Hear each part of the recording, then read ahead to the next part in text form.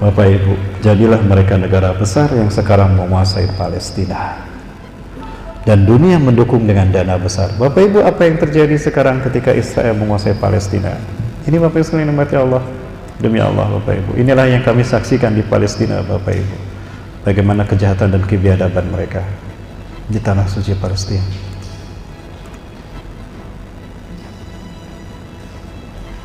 Bapak Ibu perhatikan, 2 orang ibu dan anaknya ditabrak hidup-hidup. Peristiwa seperti ini lazim terjadi di Palestina, dan mereka tidak dihukum, ya. Dan ini kejahatan lain yang mereka lakukan Bapak Ibu. Ketika kami berada di Ramallah, ketika kami menjerit dan ingin turun Bapak Ibu, ditangkap oleh amir kami. Ustadz, kalau Ustadz turun, habis kita Ustadz. Mereka sudah dijamin surga Ustadz, biarkan Ustadz, hajat kita belum selesai, memang kita akan berjihad, ada waktunya kita akan membela mereka. Anggap saja ini adalah keluarga Ammar bin Yasir yang disiksa dan Rasulullah tidak bisa menolong mereka. Allahu Akbar. Ini Bapak Ibu, seorang pemuda dibantai di Ramallah.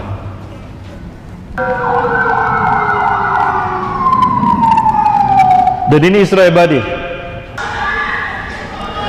Ini adalah cara yang kedua yang dilakukan Israel untuk menghabisi rakyat Palestina, kill the girls. Mereka menuduh pemuda-pemudi Palestina membawa pisau untuk membunuh tentara Israel. Kamu ingin bunuh kami ya? Tuh buktinya kamu bawa pisau di dalam tas kamu. Tidak, saya tidak bawa pisau. Kalian menuduh begitu saja. Mana nggak ada pisau? Setiap tentara Israel membawa pisau. Ini ada yang mengamera Bapak Ibu. Ini yang mengamera. Mestinya kamera ini ada. Nah, nanti ada setiap tentara ini dibekali pisau, lalu pisau itu dijatuhkan ke dekat gadis itu, lalu kamera disorotkan ke gadis itu, tuh dilihatkan pisaunya diarahkan ke gadis itu, lalu dor, seolah punya legitimasi untuk menghabisi mereka. Jadi di sana sudah dari dulu yang namanya korban menjadi tersangka. Korban menjadi tersangka, seperti di kilometer. Nah, saya nggak bilang, kecil. Dan ini ketika kaum muslimin mau sholat Jumat, mau sholat wajib 5 waktu yang muda-muda tidak boleh masuk ke dalam Masjidil Aqsa Bapak Ibu. Inilah kejahatan Israel. Dan umat Islam bungkam terhadap kejahatan ini, padahal kita mayoritas di muka bumi Bapak Ibu. Itulah kejahatan yang mereka lakukan. Dan ada satu kerusakan yang sedang mereka lakukan, dan Allah tidak terima dengan kerusakan yang satu ini. Apa itu Bapak Ibu yang dirahmati Allah? Bapak Ibu yang dirahmati Allah Subhanahu wa taala, Zionis Yahudi menggali terowongan di bawah Masjidil Aqsa. Ini fakta kalau mereka membuat terowongan di bawah Masjidil Aqsa. Saya lihat sendiri Bapak Ibu, bagaimana mereka melakukan penggalian terowongan di bawah Masjidil Aqsa. Dan sampai hari ini terowongan-terowongannya tidak kurang dari ada 300 terowongan itu berada di bawah landasan Masjidil Aqsa, pondasi Masjidil Aqsa. Sehingga apabila nanti ada gempa 5 atau 6 skala Richter, ambruk tuh Masjidil Aqsa. Dan ketika Masjidil Aqsa ini ambruk, maka akan mereka segera gantikan dengan Haikal Solomon. Akan mereka segera gantikan dengan Haikal Solomon. Barangkali inilah kerusakan kedua yang akan mereka lakukan, menghancurkan kiblat kita yang pertama. Ini orang-orang Yahudi, setiap kali mereka selalu melakukan ini. Ya, setiap kali ada hari-hari besar mereka selalu merayakannya, dan mereka meyakini kalau kehancuran kedatangan Tuhan mereka akan segera tiba. Bapak Ibu, maka tidak salah. Menurut saya ini kerusakan yang kedua. Ya, jadi mereka ingin mengambil alih kiblat kita yang pertama, Masjidil Aqsa, dan akan mereka hancurkan, lalu mereka ganti dengan Haikal Solomon. Inilah istana Dajjal yang mereka persiapkan. Dan ketika istana ini muncul bangkit, maka umat Islam kalah dan Yahudi dan Nasrani menang Bapak Ibu.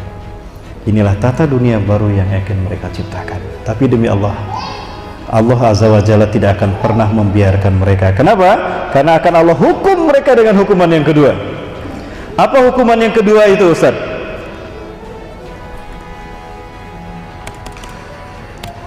Hukuman yang kedua yang Allah berikan pada mereka, in ahsantum ahsantum li anfusikum wa in asa'tum falaha. Jika kalian berbuat baik, maka kebaikan itu akan datang untuk kalian sendiri, dan jika kalian berbuat buruk, maka dia akan menimpa kalian akibatnya.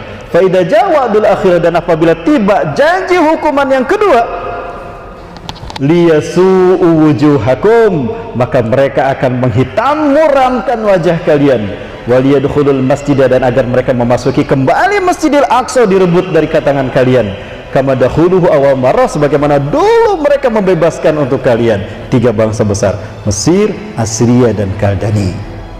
Waliyutabbiru ma'alau tadbira, dan sungguh mereka akan menghancurkan kalian sehancur-hancurnya, sehabis-habisnya. Bapak Ibu yang dirahmati Allah Subhanahu wa taala, akan ada 3 bangsa besar sebagaimana dulu ada Mesir, Assyria, Kaldani, nanti pun ada 3 pasukan besar yang akan merebut kembali Al-Quds, Al-Aqsa dari tangan Yahudi. Satu Ahlu Syam, tadi sudah saya perlihatkan. Yang kedua, pasukan pembawa panji hitam dari Khurasan, Afghanistan. Apakah mereka ini? Wallahu a'lam bishawab. Hanya Allah yang Maha tahu, Bapak Ibu. Apakah ini pasukan yang dimaksudkan? Mungkin. Wallahu a'lam bishawab.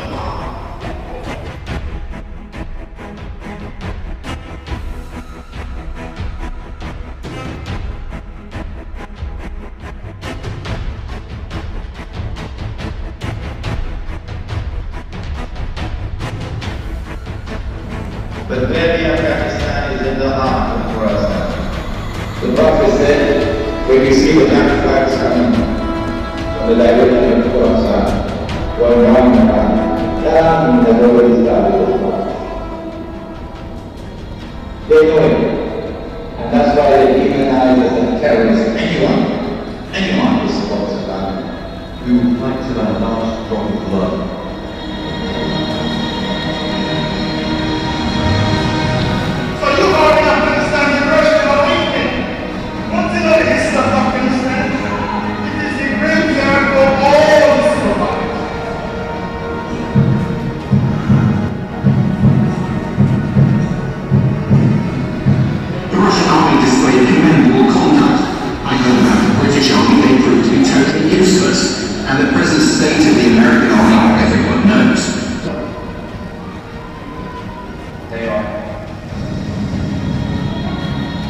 Bapak, itu pasukan yang kedua.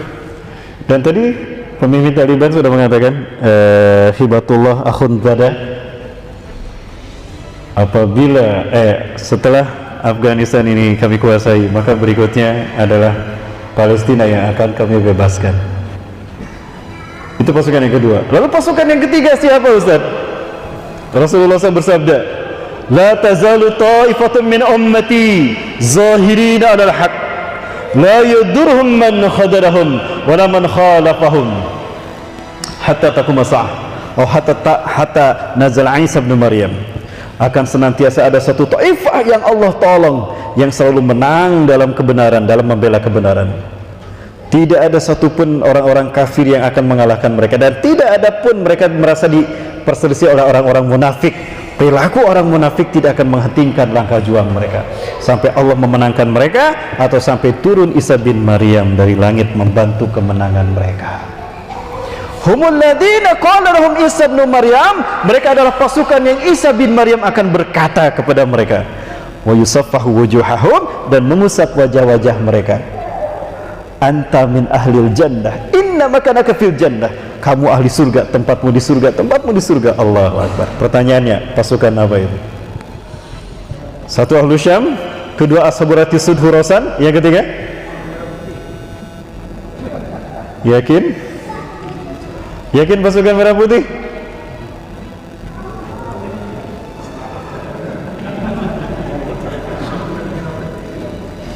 Bapak Ibu,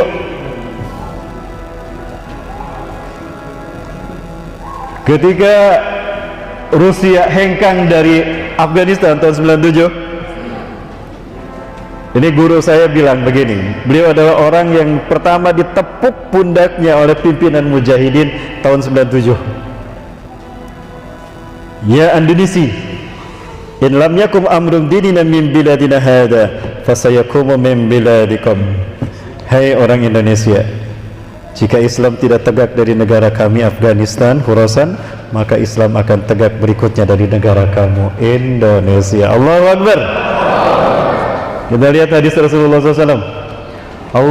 Rasulullah bersabda dari Sauban, anna Sauban hadasah, bahwa Sauban bercerita, annahu sami'a Rasulullah sallallahu alaihi wasallam yaqul, Sauban mendengar Rasulullah bersabda, inna rabbi zawaliyal arda, sesungguhnya Allah Tuhanku melipatkan bumi ini untukku, bumi yang bulat dibikin datar, hatta ra'aitu masyariqaha wa magharibaha, sehingga aku melihat kekayaannya terbentang dari timur hingga ke barat dunia. Wa atani al-kanzain, dan Allah memberikan dua pusaka padaku, al-ahmar wal abyad, pusaka merah dan pusaka putih. Wa anna ummati, dan sungguh umatku, sayablugu mulkuha ma zawaliya minha, umatku di akhir zaman akan kembali memimpin dunia dari timur hingga ke baratnya. Allahu Akbar. Hadis inilah yang membuat para pejuang negara kita membuat bendera kita merah putih. Betapa besar cita-cita dan harapan para pahlawan negara kita bahwa Indonesia harus menjadi negara yang membebaskan Palestina. Tapi hadis ini bukan berarti tentang Indonesia, Bapak Ibu. Sekali lagi, saya tidak mengatakan hadis ini merah putih di sini Indonesia, tidak. Ketika saya salat subuh di sini pada tahun 2017, kami membawa jamaah umrah seperti biasa, Bapak Ibu. Kami salat subuh di sini. Ternyata saya berpapasan dan bertemu dengan beliau. Ibu adalah dosen saya. Beliau guru besar sejarah Palestina dan sejarah peradaban para nabi. Beliau pernah saya tanya tentang merah putih dalam hadis itu. Ma ra'yukum an hadal hadis ahunaka mu'alaqah baina hadal hadis bi biladina li ana liwana al-ahmar wal abyad. Bagaimana pandangan Anda, wahai Syekh? Apakah ada hubungan antara hadis merah putih ini dengan kami Indonesia, mengingat bendera kami merah putih? Beliau tidak mengatakan. Beliau hanya menepuk pundak saya. Satu lagi Bapak Ibu yang saya tanya, Dr. Yusuf Abu Sunaina. Beliau adalah imam kami pada waktu sholat asar di Masjidil Aqsa. Beliau satu dari 4 imam besar Masjidil Aqsa. Ada saya Abdul Jabbar, ada saya beliau, ada saya Abu Bakar Al-Wabidah, dan beliau itu saya Ali Yaqub Al-Abbasi.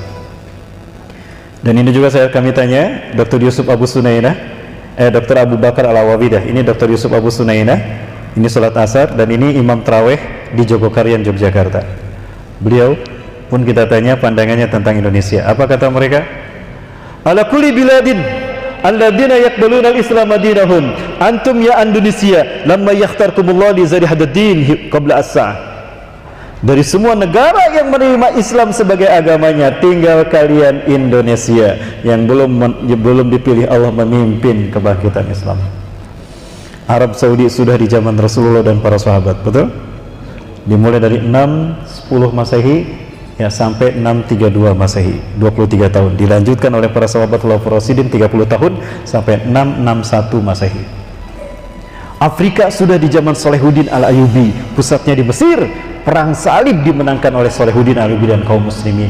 Eropa takluk, dunia dikuasai, pusatnya di Mesir, Afrika.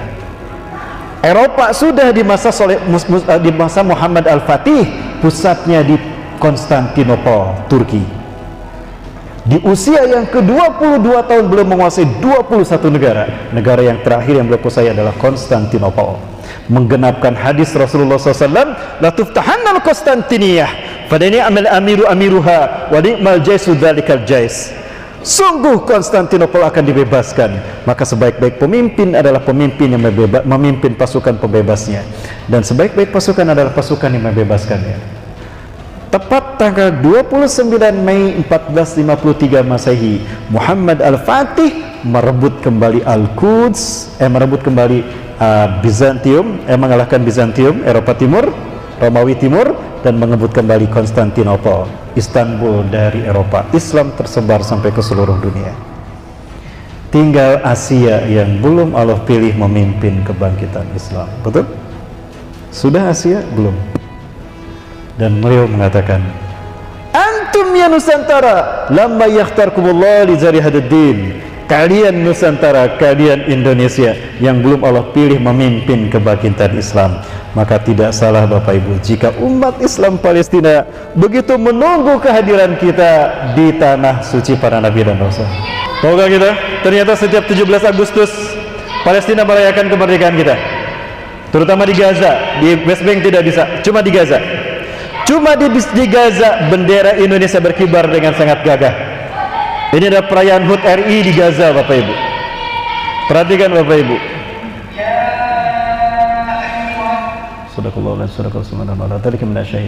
Di lapangan ini ada 2 bendera. Kira-kira bendera mana yang pertama kali dikibarkan?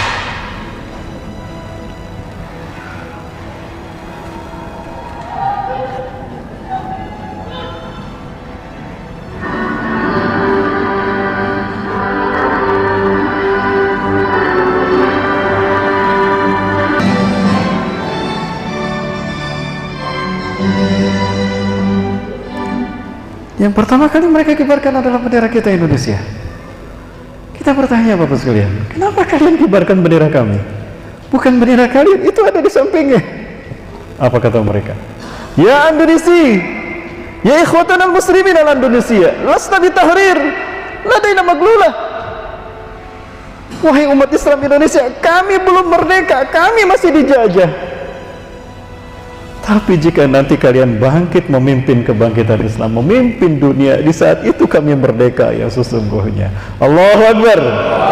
Maka saya yakin Bapak Ibu sekalian, panji hitam yang ketiga insya Allah akan berkibar di bumi merah putih. Betul? Yakin? Lembaga kita, bagaimana dahsyatnya kibaran merah putih di tanah air kita ketika terjadi fitnah melanda bangsa kita, pembakaran bendera tauhid hanya terjadi di sebuah titik yang bernama Garut, tapi panji hitam memicu tegaknya panji hitam di seluruh dunia. Saya menolak lupa Bapak Ibu, saya menolak lupa peristiwa itu. Inilah bukti betapa Indonesia nanti siap akan menjadi kiblat perjuangan jihad Islam di muka bumi sebelum hari kiamat. Dan saya yakin pasukan ketiga yang juga membawa panji hitam adalah datang dari wilayah timur, dan itu dipimpin oleh Nusantara Indonesia. Allahu Akbar.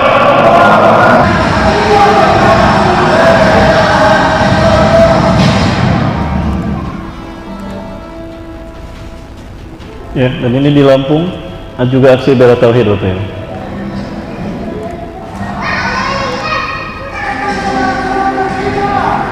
Dan apa yang terjadi? Dan ini memicu kebangkitan Islam, kebangkitan bendera tauhid di seluruh negara.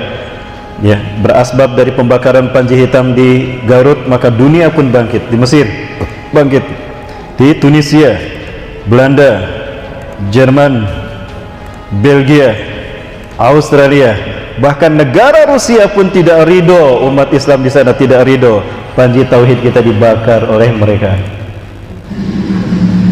Ini di Rusia, negara yang berhaluan komunis. Ternyata umat Islam menggeliat menjadi negara agama yang besar. Suatu saat seorang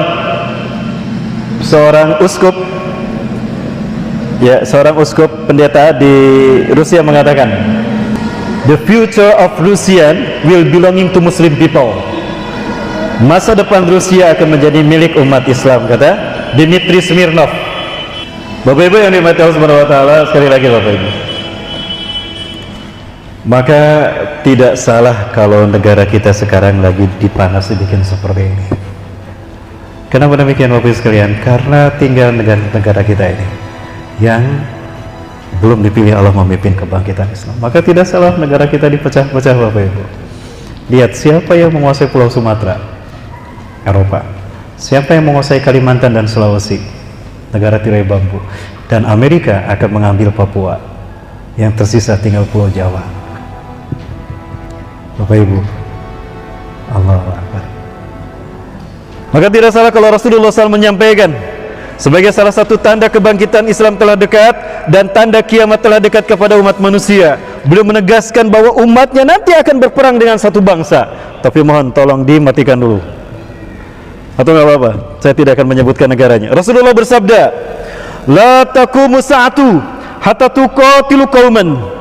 Tidak akan terjadi hari kiamat sehingga kalian akan berperang dengan satu bangsa. Sigorul ayun, mata mereka sipit, juluduhum ahmar, kulit mereka merah, zungfal unuf, hidung mereka pesek, wa wujuhum kal majadil mutraqah, dan wajah mereka lebar seperti tameng yang terbelah. Bangsa mana? Sudah hadir mereka di tanah air kita?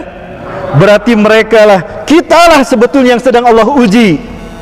Hadirnya mereka di tanah air kita merupakan fit and proper test, uji kelayakan dari Allah. Pantaskah kita menjadi pasukan yang ketiga, pembebas Masjidil Aqsa? Tapi demi Allah, jangan pernah meremehkan kami Bapak Ibu tadi. Maka saya yakin Ketika nanti ada penghinaan dan umat Islam chaos di Indonesia, maka saya yakin dua panji hitam ini akan datang, dua taifah ini akan hadir di tanah air kita, Ahlu Syam dan Ahlu Khurasan. Allahu Akbar.